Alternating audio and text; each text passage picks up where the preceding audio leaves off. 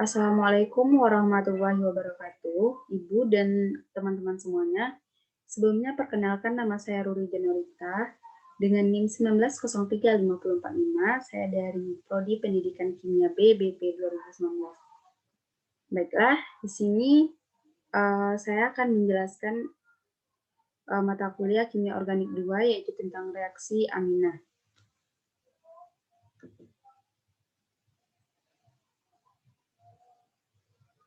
Nah, yang pertama itu ada kebebasan amina. Kebebasan amina, amina ini bersifat basal, memiliki sepasang elektron yang tidak digunakan bersama dengan atom lainnya. Pasangan elektron ini menimbulkan adanya densitas elektron di sekitar atom N atau nitrogen, sehingga semakin besar densitas elektronnya, maka molekul semakin basah. Gugus yang menyumbangkan akan meningkatkan kebebasan amina. Pada kebebasan amina ini terdapat dua fasa. Yang pertama itu dalam fasa gas, di mana CH3 3 kali N lebih besar, lebih basah daripada CH3 2 kali NH, dan lebih basah juga daripada CH3 NH2 dan lebih besar dari NH3. Nah, selanjutnya yaitu dalam fasa larutan, di mana CH3 2 kali NH itu lebih besar basanya daripada CH3 NH2 dan juga lebih besar basanya dari CH3 3 kali N dan lebih besar basanya dari NH3. Nah, perbedaan ini disebabkan oleh faktor efek dari solvasi, di mana amina dalam larutan berada dalam bentuk ion amonium. Nah, di sini dapat kita ketahui bahwa amina sekunder itu atau RNH2 tambah H2O tambah air menghasilkan garam amonium sekunder. Selanjutnya yaitu amina sekunder itu tuh dapat menghasilkan garam amonium sekunder. Nah, begitu juga dengan amina tersier, di mana dapat menghasilkan garam amonium tersier. Nah, di sini amina aromatis itu bersifat basa lebih lemah dibandingkan amina alifatik, di mana hal ini dikarenakan pada amina aromatis terjadi stabilisasi resonansi pada cincin benzen atau benzena. Nah, pada gambar tersebut dapat kita ketahui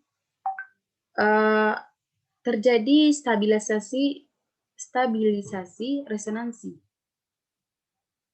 di mana amina aromatis itu bersifat basa, lebih lemah dibandingkan amina alifatik. Nah, yang pertama itu kita lihat dulu reaksi substitusi amina dengan asal halida, di mana dapat kita ketahui asil klorida itu direaksikan dengan amina primer lalu terbentuklah elektron sini yang berikatan yang menyerang gugus karbonil. Nah, di sini senyawa yang paling basah atau pKa-nya yang paling tinggi yaitu amina sekunder. Karena sebelum dan sesudah protonasi, gugus R atau alkilnya biasanya mendorong elektron, sehingga makin banyak alkilnya, berarti atom N-nya makin kaya akan elektron. Maka makin mudah mengambil H+, sehingga semakin bersifat basa. Sebaliknya berbanding terbalik dengan setelah protonasi, di mana kebebasan akan semakin besar jika ion amonium stabil dan kationnya akan semakin stabil dan dapat berikatan hidrogen dengan air, sehingga semakin banyak atom H, maka ion amonium stabil dan senyawa semakin basah. Maka amonia lah yang paling stabil di antara amina primer, amina sekunder, serta amina tersier. Nah, Di sini amina yang paling basa yaitu di antara yang amina primer, amina sekunder, dan amina tersier itu yang paling basa itu adalah amina sekunder. Kenapa? Karena mengikat dua gugus alkil tetapi tetap mengandung hidrogen sehingga masih bisa berikatan dengan hidrogen dengan air. Nah, selanjutnya yaitu mekanisme substitusi amina primer dengan asil halida, di mana amina primer ini mempunyai gugus C-nya karbonilnya 1. Nah, di sini asil klorida itu direaksikan dengan amina primer, di mana elektron sunyi berikatan elektron sunyi ini akan menyerang gugus karbonil, sehingga ikatan V-nya lepas, jadi C karbonilnya bakalan mengikat RNH2, di mana NH2 ini punya 3 ikatan, karena pada dasarnya NH ini punya ikatan 2, dan N-nya positif, dan untuk menghilangkan positifnya itu, maka ia harus melepaskan H. Jadi RNH2 itu elektron sunyinya akan menyerang H, dan H-nya akan terlepas. Dan tanda positifnya hilang, sehingga N menjadi 2 ikatan. Dan O-nya ada elektron sunyi dan menyerang, sehingga terbentuklah ikatan rangkap. Dan pada Cl ini merupakan gugus pergi yang baik. Setelah elektron sunyi O menyerang C karbonil, terbentuklah ikatan V. Dan C itu akan terlepas dan terbentuklah amida sekunder yang reaksinya terdapat pada slide berikut. Nah, contohnya yaitu reaksi amina itu seperti yang direaksikan pada slide berikut, di mana hasil klorida yang direaksikan dengan amina primer ini menyerang gugus C karbonil sehingga terdapat ikatan V. Dan produk yang dihasilkannya itu akan membentuk amida sekunder. Nah, di sini ada reaksi substitusi amina dengan alkil halida, di mana amina itu direaksikan dengan amonia, sehingga reaksinya itu SN2, sehingga menghasilkan amina primer yang pertama. Yang kedua itu ada amina direaksikan dengan alkil halida, yaitu amina primer direaksikan dengan alkil halida, sehingga yang reaksinya itu SN2, sehingga hasil produknya itu amina sekunder. Dan selanjutnya yaitu alkil halida kita reaksikan dengan amina sekunder yang reaksinya itu SN2, sehingga produk yang dihasilkannya itu yaitu amina tersier. Selanjutnya mekanisme substitusi amina dengan alkil halida, di mana mekanismenya yaitu amina tersebut kita reaksikan dengan alkil halida dengan reaksinya itu SN2, sehingga menghasilkan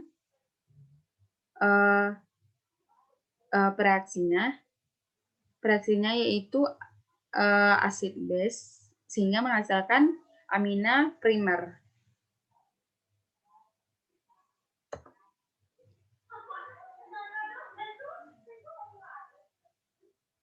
Selanjutnya yaitu reaksi substitusi amina dengan ester, di mana amina ditambah direaksikan dengan ester, sehingga menghasilkan yang pertama itu adalah amina primer ditambah ROH. Selanjutnya amina kita reaksikan dengan ester dan juga amina primer, Sehingga produk yang dihasilkannya itu amida sekunder. Dan selanjutnya yaitu amina sekunder kita reaksikan dengan ester, maka produk yang dihasilkannya yaitu amida tersier. Nah, di sini ada mekanisme substitusi amina dengan ester, di mana dapat kita ketahui bahwasanya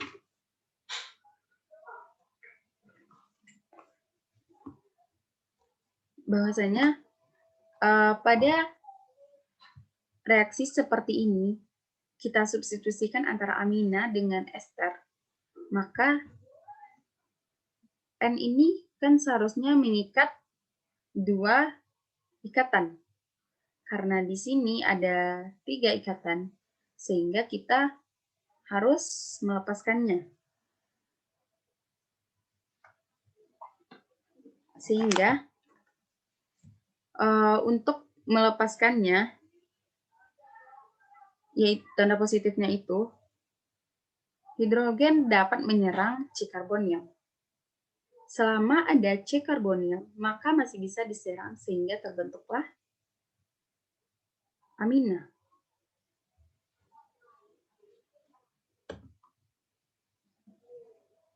Selanjutnya reaksi amina dengan asam nitrit, di mana asam nitrit ini kita reaksikan dengan amina primer, sehingga produk yang dihasilkannya yaitu ion diazonium ditambah air.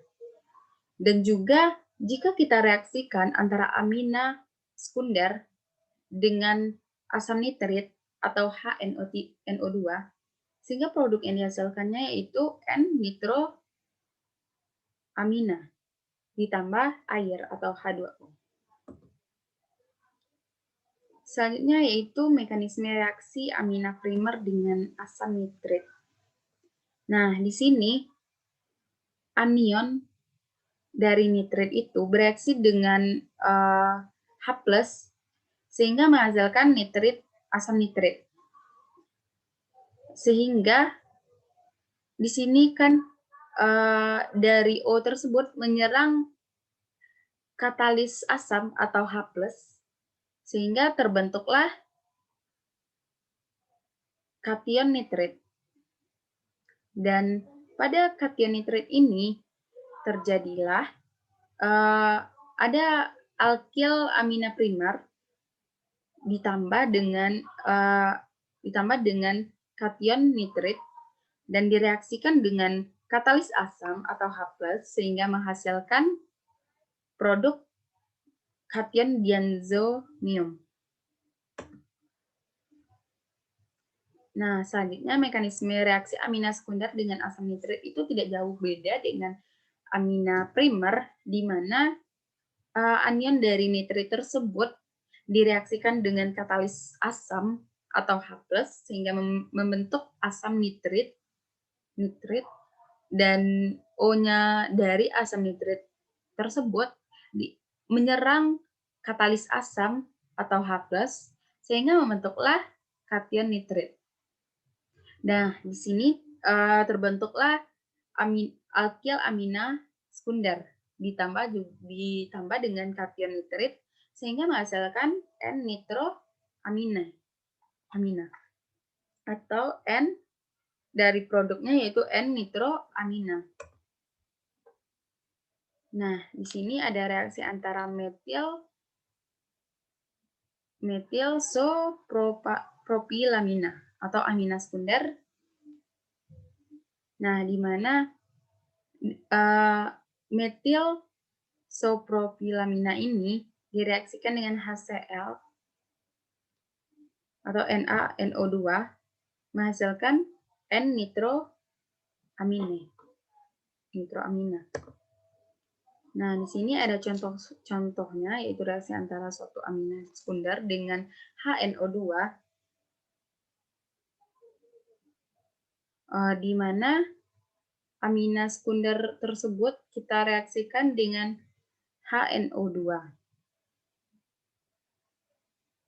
sehingga menghasilkan Produknya yaitu amida sekunder. Nah, di sini ada reaksi eliminasi Hofmann, di mana yang kita ketahui eliminasi itu artinya itu menghilangkan. Di mana reaksi ini melibatkan pembentukan garam amonium quarter dengan perlakuan amina dengan metil iodida berlebih atau metilnya lengkap, diikuti dengan perlakuan dengan oksida, perak, dan air untuk membentuk amonium hidroksida quaterner. Ketika garam ini dipanaskan, akan terbentuk alkena produk Hofmann. Nah, di mana dapat kita lihat reaksinya pada slide tersebut, bahwasanya amina quaterner ini jika kita reaksikan dapat sehingga melibatkan pembentukan garam amonium quaterner sehingga menghasilkan produk yang namanya alkena. Nah, di sini ada soal yaitu yang pertama itu tuliskan produk yang terbentuk jika senyawa di bawah ini direaksikan. Lengkapi jawaban saudara dengan mekanismenya. Yang pertama itu ada N-etil laminobutana dengan etil butanoat. Nah, di sini saya membuatnya yang pertama itu N-etilaminobutana dengan etil butanoat, di mana butana ini mempunyai 4 C-karbonil dan dapat kita ketahui jika etil butanoat kita reaksikan dengan N-etil butana, etilaminobutana, dapat kita ketahui reaksinya seperti yang telah saya paparkan tersebut, di mana dapat kita ketahui dari sini kita buat dapat kita buat dari gugus pertama, gugus utama atau rantai utamanya. Di sini dapat kita buat nomor 1, 2, dan 3 dan 4, di mana itu adalah butana. Dan etil karena dia mengikat 2 atom C-karbonil sehingga namanya etil. Karena dia amina, N-etil laminobutana. Sehingga kita reaksikan dengan N-etil etilaminobutana sehingga menghasilkan produknya yaitu N-butil N-etil butanamida, di mana N ini mengikat butil 4 C-karbonil dan juga N ini mengikat etil butanamida, di mana etil ini ada 2 C-karbonil dan butana itu adalah rantai utamanya ada 4 C, sehingga namanya produk yang dihasilkannya N-butil N-etil butanamida. Nah, selanjutnya itu ada aminoheksana. Kita reaksikan dengan butanol klorida, di mana produk yang dihasilkan antara aminoheksana ini dengan butanol klorida ini, produknya yaitu N-heksil butanamida, di mana gugus N ini mengikat 6 atom C-karbonil, sehingga namanya N-heksil butanamida ini. Butana ini rantai utamanya ada 4 atom C, sehingga namanya butana, dan ditambah akhiran ida, butanamida, sehingga nama produk yang dihasilkan dari aminoheksana dengan butanol klorida ini yaitu N-heksil butanamida. Sekian dari saya penjelasannya. Jika ada salah dan kurang, Ibu dan teman-teman saya mohon maaf.